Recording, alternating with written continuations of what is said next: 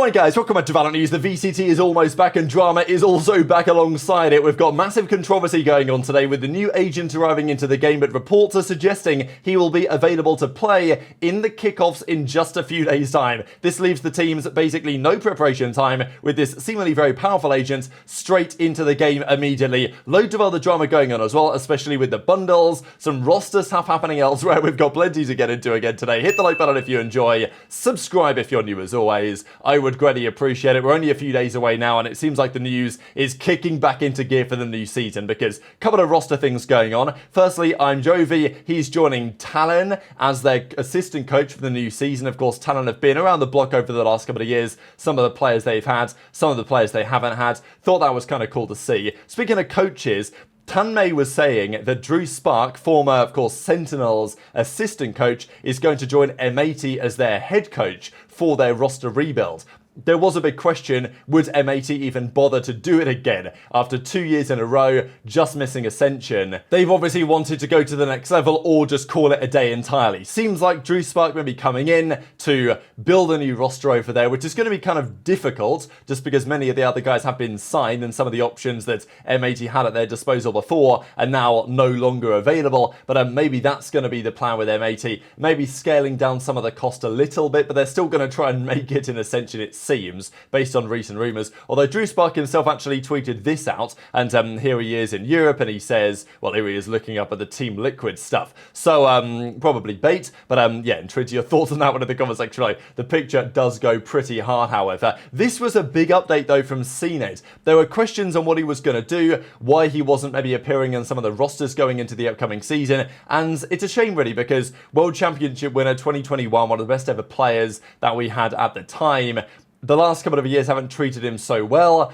and it seems like he's now at a point where effectively retiring from VALORANT is not impossible. Now, he says he's not retiring. This is his statement. Hello everyone, how are you doing? Hope you're doing well. And basically says he's taking a break from competitive VALORANT and he will not compete in tournaments at the beginning of the year. He says he's not retiring, but he's going to take a break this season, and he obviously wants to come back stronger in the future. He's going to stream, make content, this type of stuff. But often players, when they say stuff like this, it's only one step away. I'm not saying he can't come back. I'd like to see him do that. But yeah, he's evaluating his options as a duelist or in-game leader, he says. So yeah, wishing CNET the best. Great player in his day. It's not been so good over the last couple of years. And yeah, maybe it's understandable why he's not been appearing on certain rosters and he's not retired. But that might be something in the relatively near future, as unfortunate as that may be. Let's talk about the bundles. So this is a massive point of controversy yesterday. The capsules, the bundles, whatever you want to call it,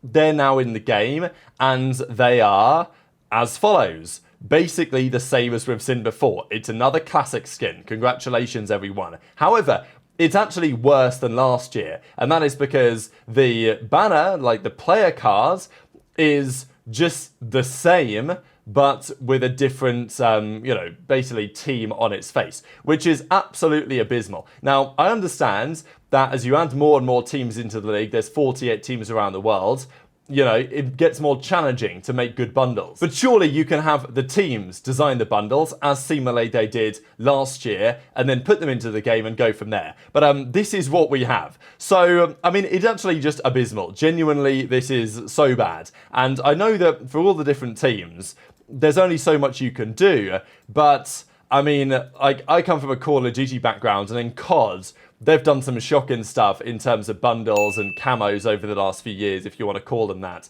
But they, in recent times, have become less and less generic and actually better for the fans. I mean, okay, the liquid one is nice. The colours are cool. Congratulations. But, and I guess it's got the team skin on it.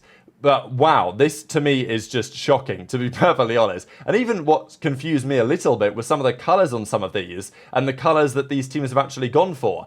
Again, I don't know why it has to be the classic again. Can they not have done a different gun?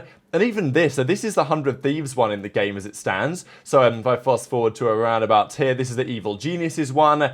You know, again, it's kind of nice, I guess, sure. But is it as nice as it should be? No. And this is the 100 Thieves skin. Why is it blue? What's, like, am I missing something? 100 Thieves is red and black. They never have blue in their color scheme. you'd tell me this is a 100 Thieves skin, I would simply not believe you. So, yeah. The whole situation confuses me an awful lot, actually. And even you've got Zellsis saying that there's not so much he can actually do to try and sell these because it's difficult to sell. I mean, here he is, how I stare at myself in the mirror when I've got to sell the Sentinels bundle again, knowing that it's just another classic skin. I think the worst thing about this, though, is these player cards. What you see on the right-hand side. Last year, they were so innovative and interesting, and every team had something slightly different. This year, they're just the same with the different, obviously team logo on the character's face. Now, Mixwell had some words to say on this on stream yesterday, and this is only his theory, so it's not, like, this is just what he feels may be the case. So it's just speculation, really. But there is rumours anyway that the teams that weren't selling many bundles,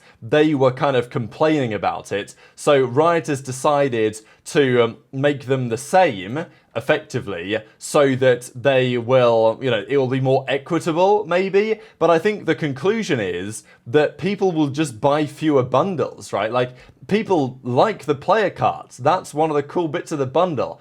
And just generalizing, making them generic, I don't know what I just said, that's not a real word, whatever, making them also generic across the different teams is actually going to make everyone buy fewer bundles than make the teams that have, the weaker teams with fewer fans, their fans buy more somehow. I really just do not understand. It seems like laziness as far as I'm concerned, but people are going to buy them, the cash is going to come through, right, keep making money. Let's talk about, though, their new agent. So I think it's Tejo is what we're going to be calling him. He's arrived, Colombian initiator, he's in the game. This is what he does, and he's pretty strong. In many ways, he's kind of like Brimstone, actually, but as an initiator, really. Lots of his abilities are similar to that. So he's got this guided salvo, and he fires out a couple of missiles. So you basically just select where they're going to land, you fire them out, they automatically go to where you land them, and, pretty powerful stuff, to be fair. You then have the stealth drone. I think the drone that he's got is pretty good as well, because it's a very small thing and it moves really fast. Look how rapid this drone is. And, so then you can ping somebody as well using the drone. So standard initiator type work. And then you've got the special delivery. This is basically a Semtex grenade. So, he doesn't do, he's not got anything, wow, like that's crazy, super innovative or anything brand new and unique. But he does have some pretty powerful abilities. I mean, here we are on the binds. You've got the Semtex grenade, you throw it around the corner, and it will concuss the enemies that go through it. So, pretty powerful, again, does some serious damage. Okay, it doesn't do damage, but you know what I'm saying. And you can either have it just stick to a wall if you normal fire it, or if you alt fire it, then it will have a single bounce before it will then land and, just destroy the guy in its path. The ultimate then is called Armageddon, and it looks as follows. It's basically a Brimstone ultimate. I mean, everything about it is very similar, but it's actually directionally targeted. So instead of Brimstone's ult, you just plonk it down and it does what it does. You can choose, it's like a rolling thunder. If you guys ever played Call of Duty back in the day, like rolling thunder, napalm strike, it used to be called way back in Black Ops 1, but basically something like that. And okay, napalm strike, the fire would last for some time, but the point is that you will bring in kind of a rolling thunder and the missiles will bang down from the sky and everything in its path will be destroyed. And that's a pretty powerful ultimate. It's, kind of Brimstone's ult, but a bit better, I would say, in many ways. So this is Tejo, this is what he does. He's pretty damn good. And the teams have to think, all right, well, given that some of the agents that we have seen before could potentially be used, maybe Tejo's not going to be used, but I think, it's not going to be rocket science to fit him into some compositions, because he is like similar agents, but just maybe a bit better or more powerful in some regards. Certainly some players, I think, will have a great time